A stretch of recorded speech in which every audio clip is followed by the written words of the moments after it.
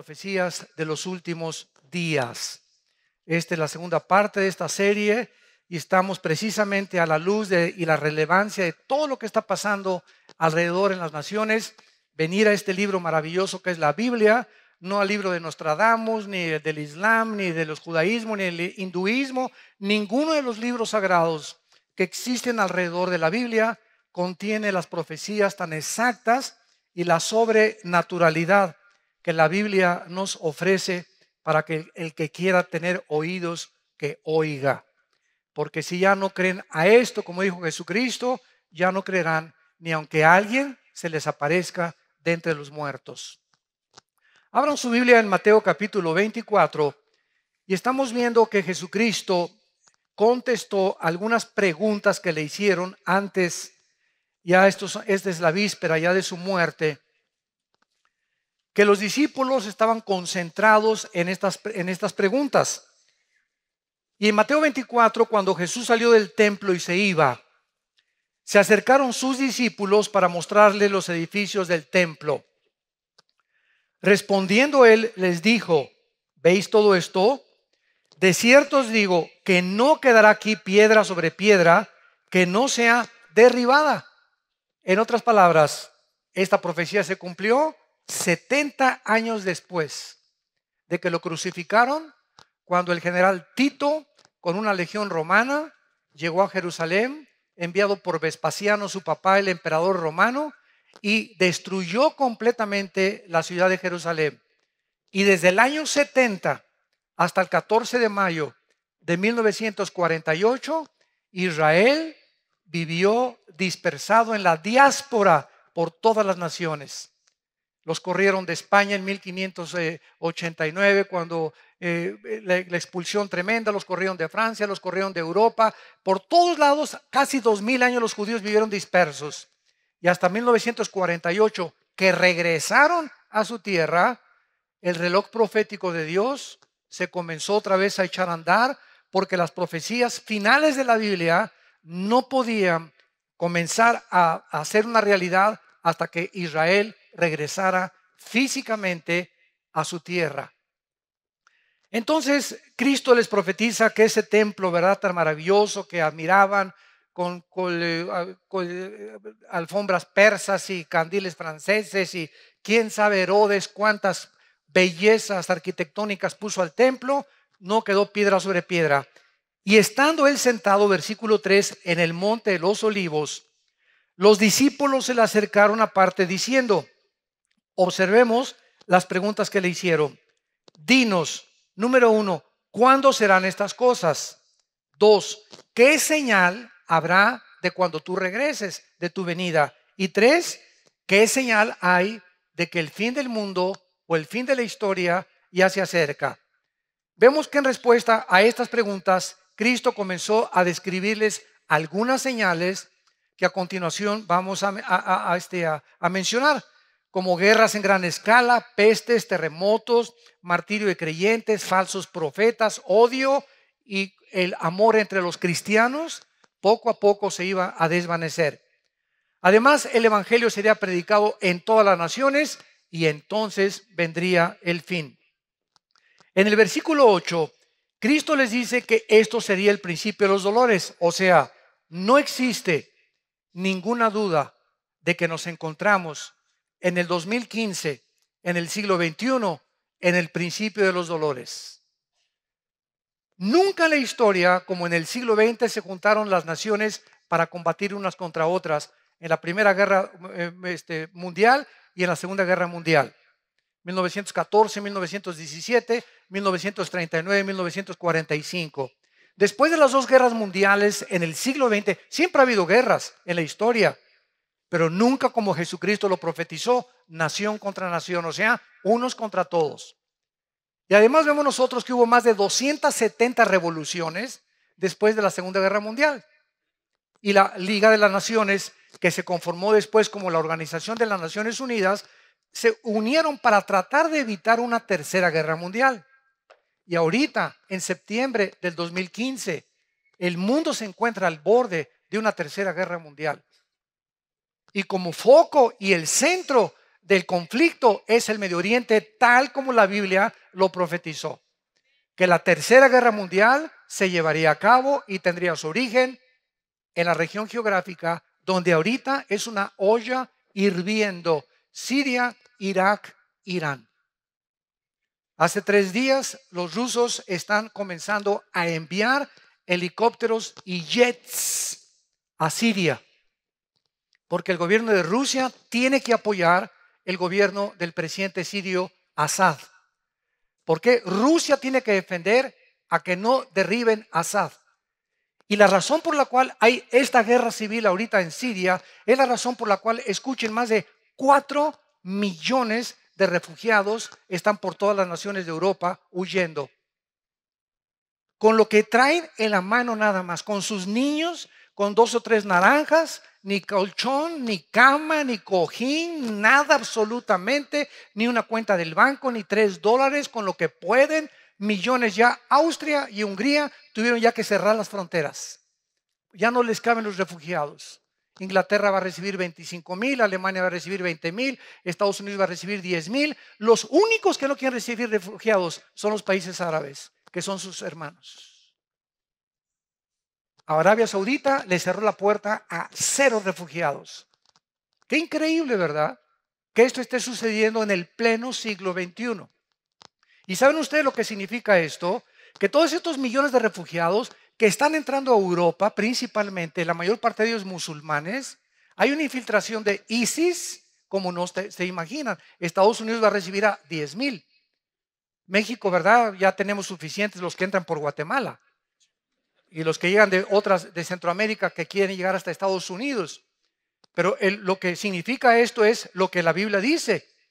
Hace 4 o 5 años, por cada europeo que nacían 7 musulmanes.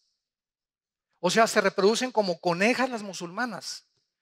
Y lo hacen a propósito. Ellas no tienen métodos anticonceptivos, ni mucho menos. Los europeos ya no quieren tener hijos. Todo esto para que ustedes comiencen a asimilar el panorama del mundo que estamos viviendo. No es el mundo de Chapultepec nada más. Hay que cobrar conciencia de qué es lo que está pasando en el mundo para que la Biblia pueda cobrar relevancia y podamos entender que Dios quiere que nosotros no seamos sorprendidos como ladrón en la noche. Pero muchos no saben, ¿verdad? No salen de sus telenovelas. Entonces, ¿qué es lo que significa esto? Que Europa en 10 años será un continente musulmán. En Inglaterra hay más iglesias musulmanas, mezquitas, que iglesias cristianas y católicas. Nada más en Inglaterra. Compraron todas las iglesias cristianas y evangélicas, la mayor parte que existen en Inglaterra y en el Reino Unido. Ahora, ¿qué pasa si Europa se convierte en todo musulmán? Es interesante que la Biblia nos muestra que el anticristo va a surgir de la región de Siria e Irak en el capítulo 8 de Daniel. Los que estamos estudiando Daniel lo hemos comenzado ya a descubrir. El anticristo no va a surgir de España, no es el príncipe Felipe, ni Barack Obama, ni es el Papa, etcétera, etcétera. El anticristo va a surgir entre Siria e Irak. Y el anticristo va a ser judío musulmán. ¿Cómo está eso? Había un debate hace 3 o 4 años. A mí que me ha gustado siempre escudriñar la escatología bíblica, o sea, las profecías. Mis hermanos teólogos, escatólogos, la escatología es la rama que estudia en la teología las cosas finales. Escatos, fin, logos, tratado, conocimiento. Entonces, cuando hablas tú de un escatólogo o la escatología, es lo que se estudia de los tiempos finales.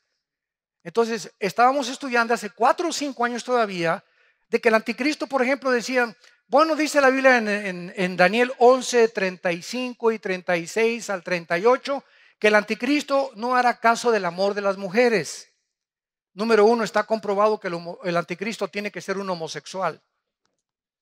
Él no va a tener tiempo ni siquiera de las mujeres. Va a ser un homosexual el anticristo. Número 2, dice también en Daniel 11, 35 en adelante, que el anticristo no hará caso de los dioses de sus padres, porque es la palabra Elohim en el original hebreo. Entonces, no, es que el anticristo tiene que ser judío. Y Génesis 49 dice que saldrá de la tribu de Dan, porque es como serpiente que hace caer al caballo. Entonces hay infinidad de versículos que apuntan a que el anticristo era judío, pero también hay cantidad de versículos, y aquí es donde viene la discrepancia, de que al anticristo se le llama en Isaías 10, en Isaías, otros capítulos, en Ezequiel, se le llama el asirio. El asirio se le llama al anticristo. Entonces, ¿cómo podemos compaginar? Fíjense lo que es de maravilloso la Biblia, ¿verdad? Tenemos una pieza, un rompecabezas, pero asirio o judío, no puede ser las dos cosas. Y ahora sabemos, ¿verdad?, que aparece otra cosa que sí puede ser. ¿Por qué? Hace 2700 años, o sea, 700 años antes de Cristo, los asirios se llevaron cautivas a las 10 tribus de Israel a Siria en el año 722 antes de Cristo. Síganme con cuidado. Desde el año 722 antes de Cristo, estamos hablando de hace 2722 años hasta la fecha, esas 10 tribus de Israel se mezclaron con el mundo entero. Y por eso hay ahorita muchos en México que sin saberlo son de ascendencia judía. El apellido Pérez, por ejemplo, es judío. Díaz, González, los EZs tienen mucha relevancia con el Medio Oriente. Y hay italianos judíos, hay nicaragüenses, sin que lo sepan ellos, hondureños. Hay negritos en Etiopía judíos. Entonces, el judaísmo no es solamente las personas que están en Israel, porque las 10 tribus se mezclaron con el mundo entero. Y fue precisamente en Asiria donde está el conflicto ahorita. Entonces el anticristo tiene que ser forzosamente judío, pero al mismo tiempo musulmán. Porque para que él gobierne Europa, y si en 10 o 15 años Europa es un continente musulmán, nadie va a obedecer al anticristo con otra religión. Además, en Apocalipsis 20, versículos 3 y 4, dice que el anticristo va a decapitar a las personas y la única religión que le corta la cabeza a la gente son los musulmanes, el Islam. Y es precisamente lo que Bagdadi, el jefe de ISIS, ahorita en Irak, está haciendo, decapitando a todas las personas. O sea, ¿qué instrumento usará el anticristo? No va a usar la silla eléctrica, no va a usar el fusilamiento, no va a usar la horca. Para los que se nieguen a sellarse con el 666, el anticristo va a usar la decapitación. Y es interesante que se acaban de comprar más de 1 millón de guillotinas en Europa. Y Estados Unidos adquirió 125,000 guillotinas en los últimos 2 años. La pregunta es, ¿para qué? ¿Para qué? Todo se está completamente conformando, tal como la Biblia lo profetizó. Y Cristo quiere, a través de estas señales que estamos estudiando, y va a ser maravillosa esta serie, que veamos con versículo por versículo, con lupa, con microscopio, examinando la relevancia de los acontecimientos internacionales, buscando en la Biblia si coinciden con las profecías bíblicas, para unir las piezas del rompecabezas, para tener un panorama mucho más claro, para que podamos entender en qué tiempos nos encontramos. Y no son tiempos de temor, son tiempos donde al saber que está más cerca que nunca nuestra redención y que Jesucristo ya no tarda, es más rápido de lo que nos imaginamos, viene por nosotros, hagamos firme nuestra vocación y elección. ¿Verdad? Nos acerquemos más y más al Señor.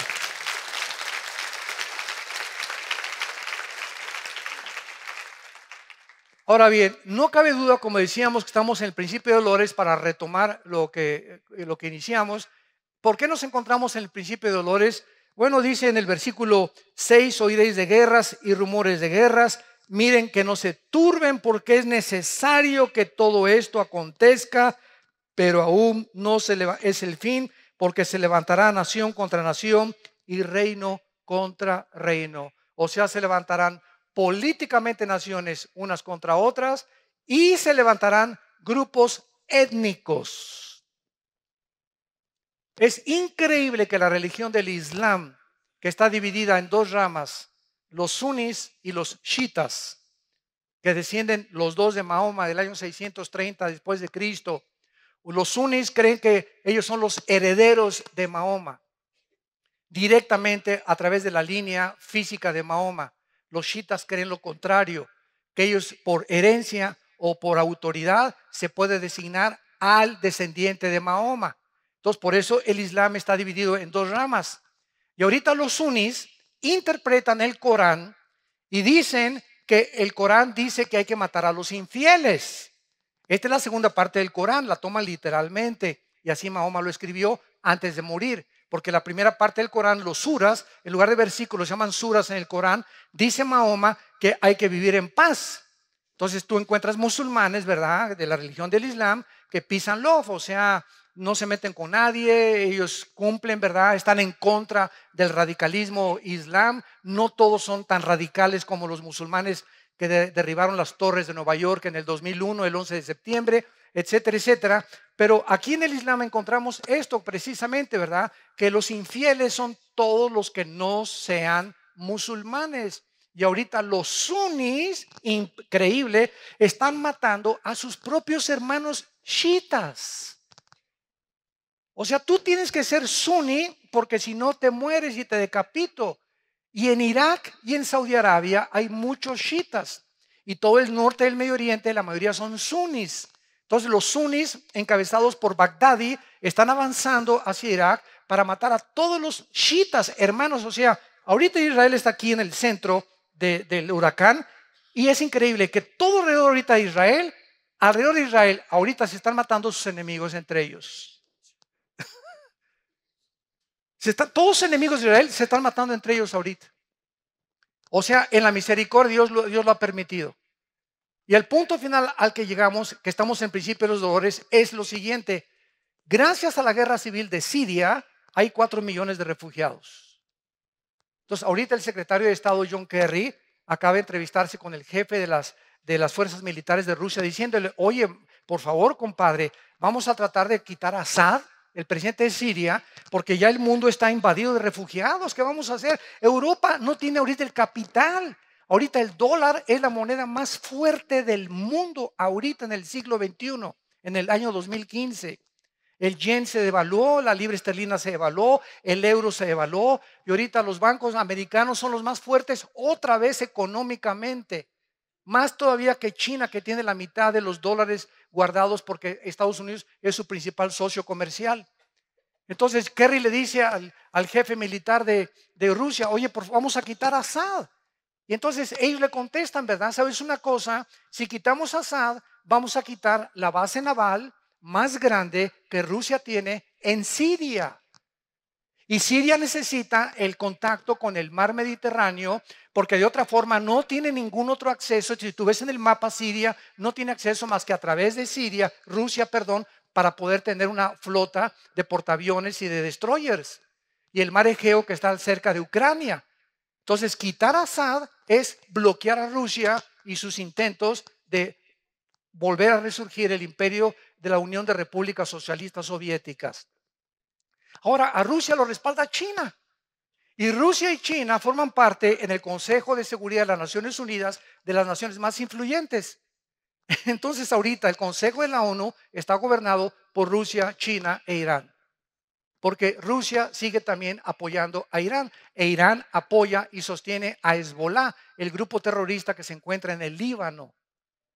Y ahorita es un relajo completamente el Medio Oriente, y nos encontramos con millones de migrantes. Prenda la televisión ahorita a las 24 horas del día. Te parte el corazón, te parte el corazón. Los niños ahogándose en el mar, se suben a una lancha para ir en el Mediterráneo para escaparse de Siria, etcétera, etcétera. Y como nada más caben 10 o 15 en la lancha, a los que no sirven los ahogan. Porque si no, las lanchas se hunden, no puede aguantar más de 15 personas o 20 personas. Y vemos a los niños flotando ya en el mar, sacrificando a los niños, porque no quieren que los niños vengan con ellos, para que los niños no sufran el hambre que van a sufrir como refugiados en Europa, porque Europa no tiene que darles para comer. Este es el siglo, damas y caballeros, que en el siglo XX los ateos dijeron: la tecnología y los descubrimientos científicos y tecnológicos que el ser humano ha alcanzado en el siglo XX son los que compondrán el mundo, y la ciencia es nuestra diosa, y junto con el dinero y el sexo. Y no han pasado más que 15 años en el inicio del siglo XXI, donde el hombre se encuentra haciendo el ridículo como administrador del planeta Tierra. los políticos han perdido completamente la brújula, la moral está por los suelos, el mundo está confundido, la pobreza aumenta y se voltean contra Dios. ¿Dónde está Dios? ¿Dónde está Dios? ¿Dónde están tus pecados? Como dice en Santiago capítulo 4, ¿de dónde vienen las guerras? No le eche la culpa a Dios de vuestras pasiones que combaten unas con otras dentro del corazón. Porque dentro del corazón del ser humano hay ambición, hay envidia, hay codicia de tener más terreno, de combatir a esto, de tener mi imperio, de vivir para mí, para mis intereses. Y esta es la razón por la cual el mundo tiene que llegar al nivel que la Biblia profetizó hace 2000 años.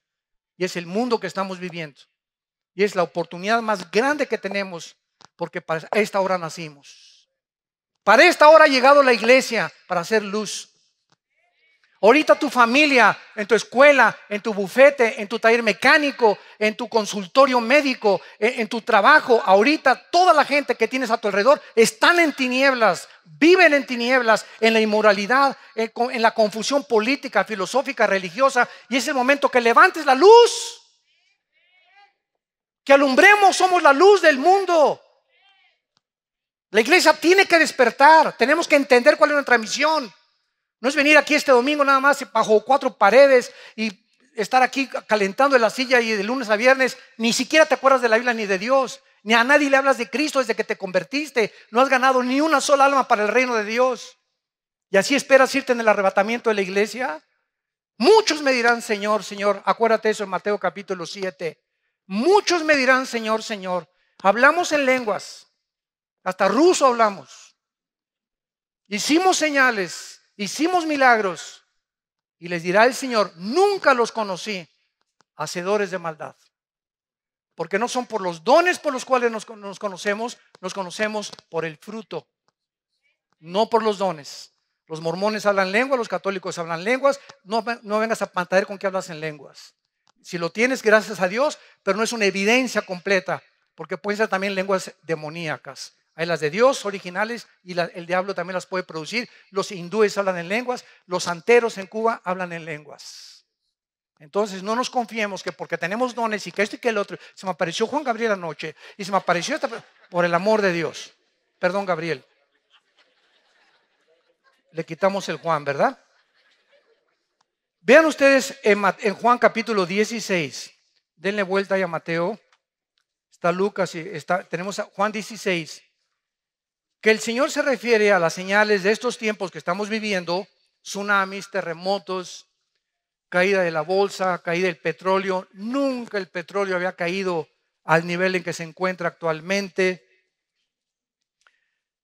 Incendios forestales, contaminación de los mares, de los millones de litros de petróleos que el mar ya, ¿verdad? Las focas llegando a las playas muertas, los pelícanos muertos llenos de petróleo. Las ballenas están metiéndose a la playa muertas también. Tiburones ya están atacando toda la costa de Florida del lado del Atlántico, ya viniéndose en las playas, cosa que no había sucedido. Están pasando cosas tremendas, temblores de 8, de 9 grados en la escala de Richter, etcétera, etcétera. Y todo este mundo en que nos encontramos, confusión política. Ahorita si juntamos a los políticos en el mundo, ¿verdad? Es increíble la cantidad de lunáticos que están gobernando muchas naciones, dictadores que están gobernando muchas naciones, tratando de instituir sistemas de gobierno que creen ellos que agarrando al pueblo y metiendo en una cárcel o haciendo una cárcel de la nación y oprimiendo al pueblo. Ese es el gobierno que deben de tener, sin interesarles el beneficio de los pueblos. Así está el mundo en que vivimos y nosotros gritamos justicia. Anhelamos la justicia. Y por eso hay tantas manifestaciones de obreros, de enfermeras, de doctores en las calles. Justicia, bloqueamos esto y por el otro, ¿verdad? Porque el mundo está gritando: ¿quién va a poner orden en este mundo? ¿Quién? ¿Hasta cuándo va a durar esto? La Biblia nos da la respuesta. Dice Juan 16, versículo 21. Es Cristo hablando antes de morir y nos pone como ejemplo y analogía de lo que está pasando al parto de una mujer. La mujer cuando da luz, Juan 16, 21, tiene dolor porque ha llegado su hora. Pero después que ha dado a luz un niño, ya no se acuerda de la angustia por el gozo de que haya nacido un hombre en el mundo. También vosotros ahora tenéis tristeza, pero os volveré a ver y se gozará vuestro corazón y nadie os quitará vuestro gozo. Todas las mujeres que en esta mañana nos escuchan comprenden perfectamente las palabras del Señor. El parto, el embarazo de una mujer es aproximadamente 9 meses. Por cierto, les comunico que el viernes nació el hijo de César y Carlita. Gracias a Dios. Los bendecimos desde aquí. Nació de 8 meses, entonces está en la incubadora, ¿verdad? Va a estar, creo que esta semana, pero nació de la raza de los gigantes. Así está, así está. Increíble, se parece a César en tamaño y en todo. Pero grandote, grandote el niño, ¿verdad? Nació sano, gracias a Dios, ¿verdad? Así que por eso no está con nosotros. Pero precisamente, ¿verdad? Las mujeres que están embarazadas se dan cuenta que ya en los últimos meses, antes o semanas antes de parir, comienzan los dolores. Y después los dolores se van haciendo más cortos y más cortos y más cortos. Se rompe la fuente, hay que llevarla rapidísimo al hospital porque el niño va a nacer. En este caso, ¿verdad? De Carlita, ¿verdad? Nació 8 mesino, no fue 7 mesino, 8 mesino, le faltaba un mes todavía porque iban a nacer en octubre. Entonces le tuvieron que hacer la cirugía o ¿cómo se llama? La cesárea. Gracias a Dios que salió perfecto el niño, está muy bien de salud. Ellos no se imaginan la felicidad que tienen ahorita. Les ha concedido Dios la petición de su corazón. Carlita es una guerreraza de Dios que luchó y luchó, nunca se dio por vencida y ahí está el premio, ¿verdad? De que Dios les ha dado. Ahora bien, así está el mundo. Los dolores van a aumentar en el siglo XX. Guerras y rumores de guerras. Llegamos al siglo XXI, confusión. Y cada vez vemos más y más y más dolores y terremotos y que esto y que el otro. ¿Cuántos estamos rodeados de falsos profetas?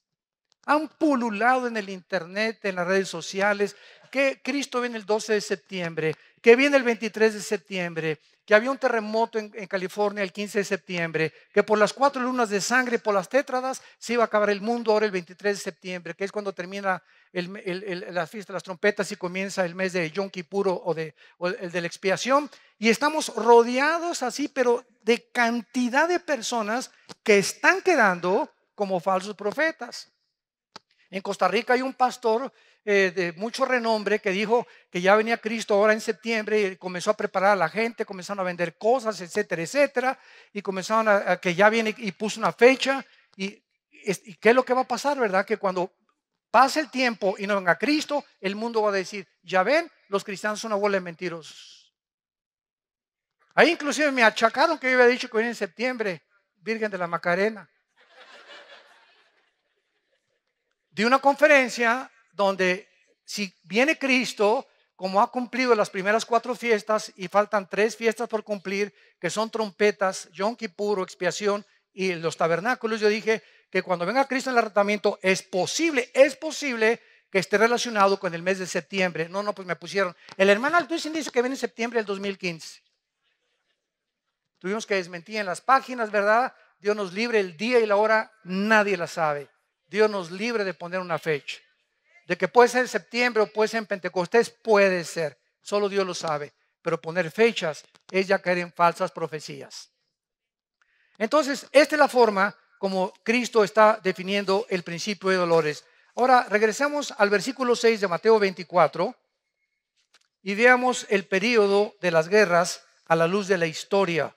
Como les dije, en esta serie vamos a analizar con mucho detenimiento cada una de las señales que Jesucristo mencionó para no caer en confusión ni en falsas profecías. Dice el versículo 6 y versículo 7 de Mateo 24. Y oirán de guerras y rumores de guerras.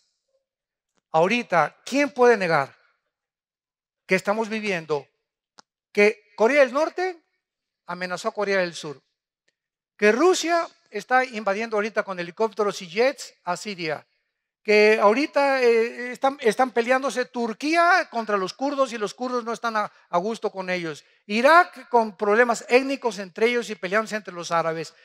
Tratando de apoderarse los árabes de Yemen, que es la península arábica. Y encontramos todos los días conflictos de naciones que están peleándose, que China ya amenazó el mar de la China, a Tailandia, a Filipinas, a Japón, que porque esas islas son de China, y a ver, comenzó a sacar portaaviones China. Ahorita China acaba de comprar el portaaviones más grande del mundo, la China, donde le caben casi 30 aviones supersónicos.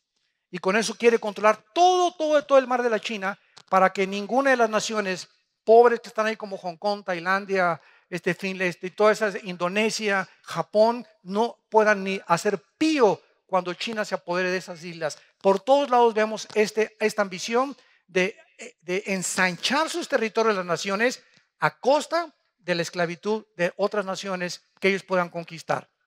Lo que se llamó hace algunos años el famoso colonialismo. El colonialismo fue cuando Francia, Inglaterra, Europa, Estados Unidos llegaron a la India, llegaron al Medio Oriente, ¿verdad? Y hasta que se independizaron estas naciones, fueron colonias de Francia, de Inglaterra o de Estados Unidos. Muy bien, es necesario que esto acontezca, pero aún no es el fin, porque se levantará nación contra nación, reino contra reino, y habrá pestes, hambres y terremotos en diferentes lugares. Vamos a ver entonces las guerras en primer lugar. En 1914. Del siglo pasado, el asesinato de uno de los herederos de los Balcanes produjo la Primera Guerra Mundial. La Primera Guerra Mundial fue el resultado de matar a una persona. El asesinato de uno de los herederos de los Balcanes produjo el estallido de una Primera Guerra Mundial. ¿Quién hubiera pensado esto? Que un crimen iba a provocar un conflicto de caracteres catastróficos que duró 4 años. ¿Quién iba a pensar esto? Ahora, sobran ahorita, si la Primera Guerra Mundial fue producida por un crimen de una persona, ahora imagínense todas las barbaridades que muchas naciones están haciendo para producir una guerra donde nos podemos aniquilar en 30 segundos, con tantas armas atómicas que existen. Esta era la primera vez en la historia humana, la Primera Guerra Mundial, que afectaba los 5 continentes del mundo. También por primera vez se usaron armas químicas en la Primera Guerra Mundial que costó la vida de 17 millones de personas.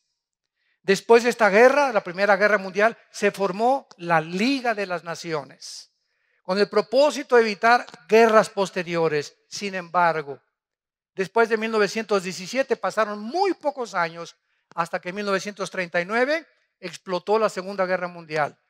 Cuando se levantó el Führer, Hitler, Adolfo Hitler, con su Partido Nacional Socialista Alemán, y le dijo, ¿verdad? Pues yo solamente tengo ganas, ¿verdad?, de ver cuántos alemanes hay en Polonia, en Checoslovaquia. Y entonces en Inglaterra, cuando se dieron cuenta que Hitler estaba tratando de avanzar y salirse de Alemania, pudieron discernir algunos ingleses, que como Winston Churchill, que todavía no era primer ministro de Inglaterra, de que Hitler traía intenciones de apoderarse de Europa.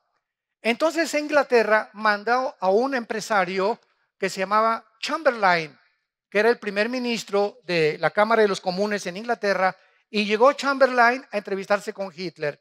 Y entonces Hitler platicó con Chamberlain. Es exactamente lo que está pasando ahorita en el Medio Oriente. Y Hitler le dijo, yo soy peace and love. Diles a los ingleses y diles a todos ahí en el Reino Unido que no hay problema, yo no voy a invadir Europa. Entonces Chamberlain regresó a Inglaterra con la bandera blanca, y todavía hay fotos de cuando baja el avión. Gloria a Dios, ¿verdad? No va a haber guerra, y todos los ingleses, etcétera, etcétera, etcétera.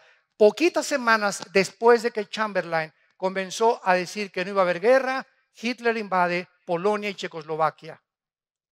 Y entonces comienzan los ingleses a pensar que Winston Churchill tenía razón y lo nombran entonces primer ministro. Y entonces Alemania invade Inglaterra, destruyó el 80% de la ciudad de Londres en la Segunda Guerra Mundial. Y Winston Churchill sale en Londres a caminar por todas las calles con toda la gente buscando a todos los heridos. Y entonces Winston Churchill junta a la aviación y combate o contraataca a los nazis, y Hitler se asusta de darse cuenta que los ingleses tienen un poderío tremendo en la aviación. Entonces vemos nosotros de qué forma esta guerra mundial, ¿verdad? Tuvo que tener consecuencias gravísimas, donde murieron 6 millones de judíos. Hitler se olvida de Rusia, Hitler se olvida de Estados Unidos e Inglaterra, se junta con Mussolini en Italia y comienza a perseguir a los judíos, que en aquel tiempo ni nación, ni ejército, ni pistolas tenían los judíos. Y nadie entiende ahorita, los estudiantes de sociología, por qué Hitler odiaba a los judíos y nombró la solución final para acabar con el pueblo judío. ¿Qué fue lo que pensaba en su corazón Hitler? ¿O cómo veía a los judíos? ¿De enemigos cuando ni siquiera tenían armas para pelear contra él, ni nación donde poder reunirse? La Biblia nos da las respuestas a lo que la historia y los investigadores no han podido descubrir. Además de esta guerra mundial, Segunda Guerra Mundial, costó 70 millones de vidas. 70 millones de vidas. Y por primera vez, en 1945, el mes de agosto, se usan 2 bombas atómicas con 1 millón de kilotones o de toneladas de dinamita cada una en 2 ciudades y en un puerto japonés, Hiroshima y Nagasaki, matando a cerca de 200,000 japoneses. Cuando Japón vio que Estados Unidos, por contraatacar Pearl Harbor en Hawái, cuando los japoneses llegaron y acabaron con todas las naves marítimas y toda la fuerza marítima que tenía Estados Unidos, la fuerza naval, entonces Estados Unidos soltó estas 2 bombas y entonces Japón, después de la segunda bomba, firmó la rendición en un barco Missouri con los Estados Unidos y se acabó la Segunda Guerra Mundial. Además, en esta Segunda Guerra Mundial se usaron bombas atómicas matando a 200,000 japoneses, y después de las guerras, veamos en Lucas 21:9, porque todas estas señales están en 3 evangelios: Marcos 13, Lucas 21 y Mateo 24. Marcos 13, Lucas 21 y Mateo 24 recopilan toda la investigación y toda la intervención y la revelación de Cristo de las señales de los últimos tiempos. Y como cada uno de los evangelistas oyeron cosas diferentes y vieron cosas diferentes, otros completan lo que otro evangelista no pudo escribir. Por ejemplo, en Lucas 21:9 dice así la palabra de Dios, hablando de los tiempos finales: desde luego, cuando oigáis de guerras y de sediciones, aquí ya se usa una palabra que no se usó en Mateo. Ven, tenemos que juntar todas las piezas de la Biblia para poder armar el rompecabezas. Esta palabra sediciones es acatastasia con K, acatastasia, que significa tumultos, protestas masivas. Cuando oigan de guerras y levantamientos en cada sociedad, de que están protestando miles de personas contra el gobierno o contra el gobernador o contra un dictador, etcétera, etcétera, no os alarméis, porque es necesario que estas cosas acontezcan primero, pero no es el fin todavía. Esta palabra sediciones, que significa desórdenes sociales, tumultos, insurrecciones, y Marcos lo traduce con la palabra tarache, que es otra palabra griega que significa alborotos, o sea, disturbios callejeros, huelgas masivas, desórdenes masivos, agitaciones sociales. ¿Saben ustedes en los últimos 3 años cuántos desórdenes, insurrecciones ha habido en Estados Unidos del pueblo de los negritos? De que protestan de que la policía está abusando y está matando, o sea, que los tratan peor que a los blancos. Más de 45 casos existen en menos de 2 años de levantamientos que, como Ferguson, incendiaron casi la ciudad cuando mataron a un negrito, ¿verdad? Que dijeron que había sido una forma injusta en la que la policía lo había asesinado. Entonces, todo esto que la televisión, gracias a la televisión, nos damos cuenta de lo que está pasando, es precisamente de lo que Cristo habló. Siempre ha habido revoluciones y desórdenes, pero veamos algunas. Escuchen esto. Desde 1882, que fue el periodo cuando se inició por primera vez el inicio o cuando se comenzaron a pensar como Teodoro Herzl, un judío en el siglo XIX que comenzó ya a pensar en regresar a Israel. Ya se comenzaba a levantar y a disipar la neblina y comenzábamos a entender más las profecías de los últimos tiempos, como lo que está pasando ahorita. Escuchen lo que les voy a decir. Tenemos la revolución de esta época, del 882 a nuestros días. Nunca en la historia, en más de los 6,000 años que tiene el ser humano, había habido las revoluciones que existen desde el siglo XIX. Y la principal razón es el surgimiento de Carlos Marx, judío, 1818-1883, quien en el siglo XIX, este hombre postuló la teoría de una revolución, la cual llevó a todas las demás revoluciones del siglo XX. Antes de eso no había habido revoluciones. La revolución filipina, 1898. La revolución rusa, 1905. La revolución mexicana, Viva Villa, 1910. La revolución bolchevique de los rusos, encabezada por por Lenin, 1917. La guerra del Golfo Pérsico, 1990. La revolución de Egipto, 2011. La revolución en Libia, 2011. La revolución en Yemen, 2011. La guerra civil en Siria comenzó en el 2011. El surgimiento de ISIS, 2014.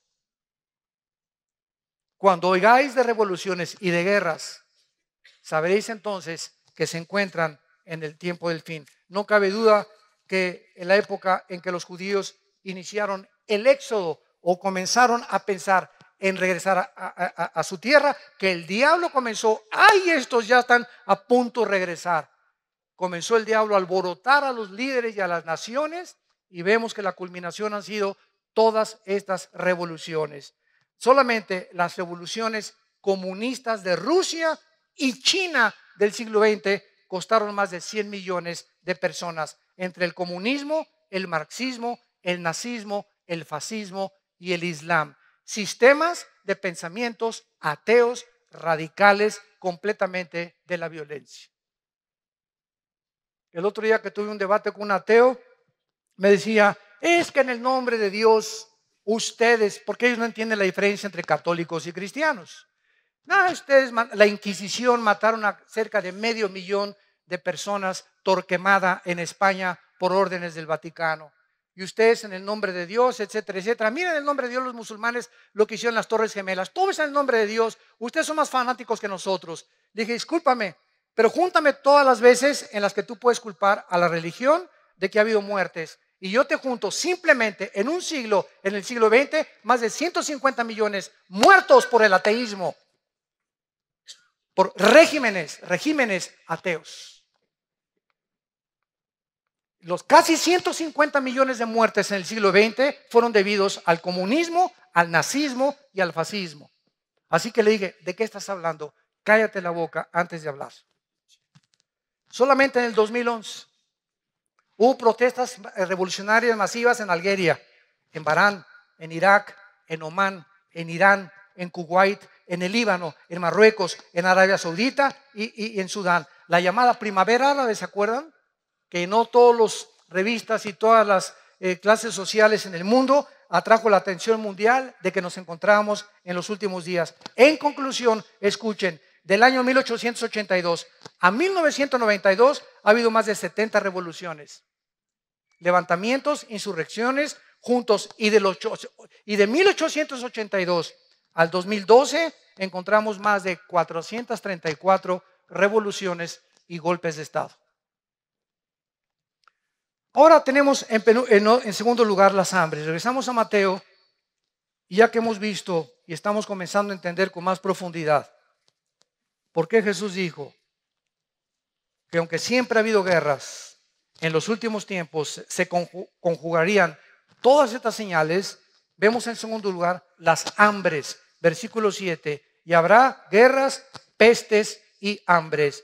Veamos primero la diferencia, qué importante es esto, entre las hambres agudas y las hambres crónicas. Apúntalo. Son dos cosas diferentes para que podamos argumentar y podamos sostener un debate con las personas.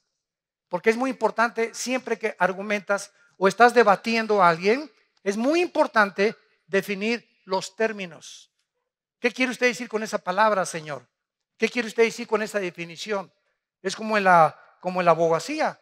En un contrato, por ejemplo, una coma hace que el contrato que tú tienes de renta o el contrato que tú tienes para cualquier otra índole dentro de la abogacía o dentro del derecho cambie completamente el significado de esa oración.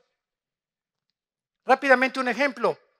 Dice la Biblia que cuando el ladrón junto a la cruz moría, Cristo le dijo: en este día estarás conmigo en el paraíso. Y una secta que se llama Los Testigos de Jehová le cambiaron eso y le pusieron una coma. Y le pusieron: de cierto te digo, en este día que estarás en el paraíso. ¿Se dan cuenta? Una coma, cómo cambia el significado de una oración. Por eso es tan importante cuando estamos debatiendo y en la apologética definir los términos y saber de qué se trata. ¿Qué me quieres decir con eso? ¿O qué término estás usando?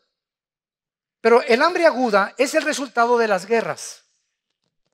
Todas las guerras producen hambres o diversas catástrofes, por lo que en estas circunstancias la mayoría de la gente se queda sin comer.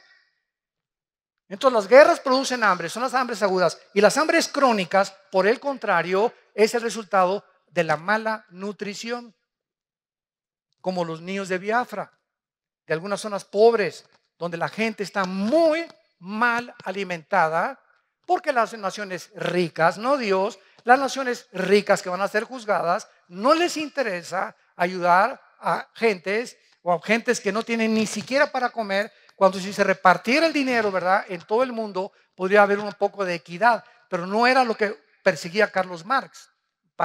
Carlos Marx perseguía la lucha de clases, que si la clase del proletariado derribaba a la clase de la burguesía, entonces el proletariado tomaba el poder. Pero fue lo que pasó en Cuba, fue lo que pasó en los países comunistas. Cuando el proletariado toma el poder, repite el mismo error y siguen ellos con otra dictadura disfrazada de otra manera. Veamos algunas hambres catastróficas en los últimos 2 siglos. 1916 y 18, la hambruna en el Líbano, 100,000 muertes, una cuarta parte de la población murió en el Líbano.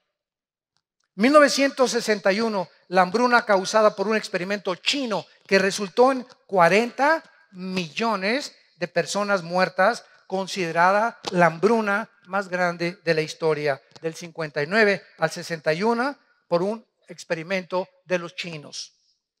2005, la crisis de alimentos en Nigeria ha matado a más de 300,000 niños que se han muerto de hambre. Tú tienes una torta, tienes buñuelos, tenemos una soda, tenemos cornflakes, un petate donde, como decía mi abuelo, donde echarnos.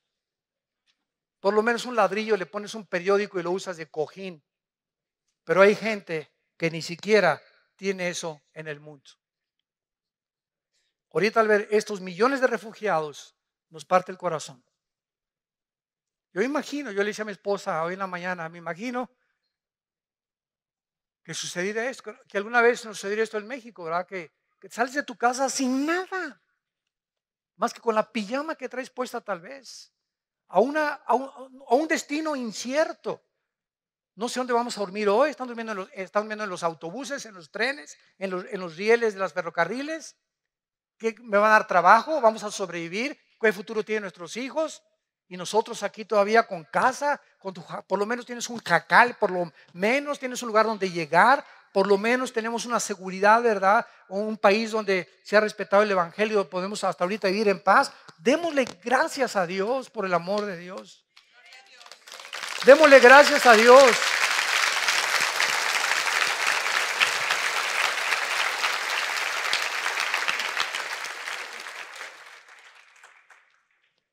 Y a todas estas podemos agregar las hambrunas de Rusia en 1891, 1921, 1932 y 33, con más de 20 millones de personas que mató el hambre. No tenían que comer ni un taco, ni una tortilla, ni un pan, ni un bolillo. Y cuando vemos todas estas cosas es cuando podemos decirle: Señor, ven pronto. Señor Jesús, ven pronto por nosotros. Y mientras vienes, Señor, encuéntranos ministrando tu palabra, intercediendo todos los días. Te pido, Padre, por estos refugiados. Te pido por mi familia que no te conoce. Te pido por México, trae la paz a nuestra patria. Dame personas a quien les hable hoy, que me levanten la mañana de ti, de tu amor en la cruz. Vivamos verdaderamente como la Biblia quiere que vivamos. Para que en esta paz y en esta armonía, en este perdón de unos a otros, tolerándonos y perdonándonos unos a otros, amándonos unos a otros. Es increíble la guerra que hay ahorita entre iglesias y entre cristianos, atacando a cantantes, atacando a predicadores por todos lados. Ya ni te metes al YouTube, ¿verdad? Porque es una guerra impresionante. Ya no sabes quién dice la verdad y si es verdad lo que se dice de esa persona. La Biblia dijo, Mateo 24:12, por haberse multiplicado la maldad, el amor de muchos, no del mundo, el amor de muchos cristianos se enfriará. Y es una de críticas ahorita, de hermanos y de predicadores. Y oíste esto, y por aquí y por allá es un morbo insano en el que ya está penetrando como un cáncer, como una corrupción a la iglesia. Y se nos olvida que Jesús oró: oh Dios, te pido que ellos sean uno como tú y yo somos uno. Juan 17:21. Y que os améis con amor sincero, que a tu hermano que te ha ofendido lo perdones. Y si él no te quiere perdonar, es su problema. Pero por favor, dice Cristo, nunca guarden rencor en sus corazones. Saquen toda amargura, toda malicia, toda inmundicia de tu vida. Tú no puedes darte el lujo de odiar ni tener rencor contra nadie. Hayan hecho lo que te hayan hecho, perdónalos. Perdona, porque si tú no perdonas, la gracia de Dios se interrumpe en tu vida. Hebreos 12:15.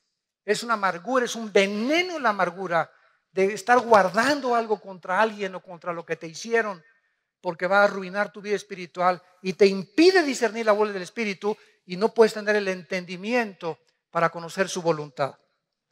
Oremos. Padre, gracias por tu palabra. Gracias, Señor, por esta revelación en la cual es una preparación para que no vengas como ladrón en la noche a nuestras vidas. Porque somos hijos de la luz, no somos de la noche. Por lo tanto, nos mandas velar, a ser firme en nuestra vocación y elección, cuidar nuestras vidas, conociendo que el tiempo ya es hora de levantarnos del sueño. Porque ahora más que nunca está más cerca de nosotros nuestra salvación que cuando creímos. La noche está avanzada, las tinieblas están cubriendo cada vez más el mundo y se acerca el día glorioso en que secarán nuestras lágrimas. Volveremos a ver a nuestros seres queridos que han partido antes que nosotros. Ahí vamos detrás de ellos nosotros, porque está establecido que todos tenemos que morir, pero el juicio de nuestras vidas ya se llevó a cabo en una cruz, donde tu Hijo derramó su sangre para que nosotros ya no fuéramos juzgados nunca, porque Él llevó ese juicio y esa ira y ese castigo que nosotros merecíamos en su cuerpo, en esa cruz. En esta mañana yo te invito a que vengas a Cristo si todavía no lo tienes, que reflexiones sobre tu vida y que entiendas que al morir tenemos que entregar cuentas, y al morir ya no habrá otra oportunidad. Andemos pues como de día honestamente, no en borracheras, ni en lujurias, ni lascivias, ni pecados sexuales. Vistámonos del Señor Jesucristo para no proveer para los deseos de la carne. ¿Qué tengo que hacer? Me preguntarás. Para invitar a Cristo, dile estas palabras ahí desde tu lugar, con todo tu corazón. Señor mío y Dios mío, te pido perdón por mis pecados, por la vida de pecado que he llevado hasta este momento, por mi soberbia intelectual, por creer que soy Dios y que yo pongo las reglas en mi vida para vivir. Ahora comprendo que tú eres el Creador, que enviaste a tu Hijo Jesucristo hace 2000 años a que en una cruz fuera coronado de espinas, sus manos traspasadas por clavos y sus pies, para que a través de esa sangre que Él derramó, tú me revelas ahora que es la medicina que necesito para ser sanado de mis pecados. Señor Jesús, creo en ti, en lo que hiciste en mi lugar, que a los 3 días te levantaste de los muertos para traerme la esperanza y la seguridad de que después de la muerte seguiré viviendo, que con la muerte no se acaba nada, seguimos viviendo al lado tuyo por toda la eternidad. Entra a mi vida como mi Señor y mi Salvador. Te lo ruego y te lo pido en tu precioso nombre. Amén.